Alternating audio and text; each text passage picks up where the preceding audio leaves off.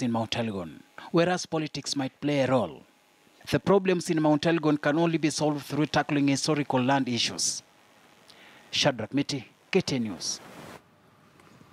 All right, and well, Mt.Elgon is certainly a thorn in the flesh, one would say, for a long time.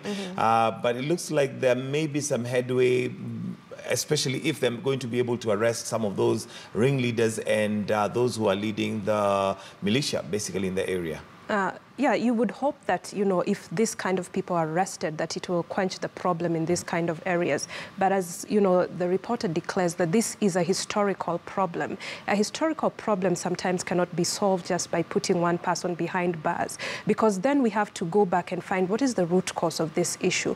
What is making people fight the battles of their grandparents? And if we have that in mind, then we can solve it from that perspective. Land has always been a contentious issue, you know, especially when people feel like their land is being taken away from them, because land is something that cannot be replicated. So I think that there is need for, you know, these people to be able to be addressed and sit together so that they can be able to, you know, be able to appreciate some of these things. But also I think that there has to be a shift, because for them, land is their source of livelihood. This is the entire vision that they have. So if you take away land from them, then they cannot be able to see how they will fend for themselves. But if we are able to come in, and especially as, you know, the government is able to come in and create other sources of revenue and be able to open the minds of these people so that they can be able to see that they can create a livelihood and produce wealth in other forms apart from land, then I think that is one of the ways that we can begin to solve the problem.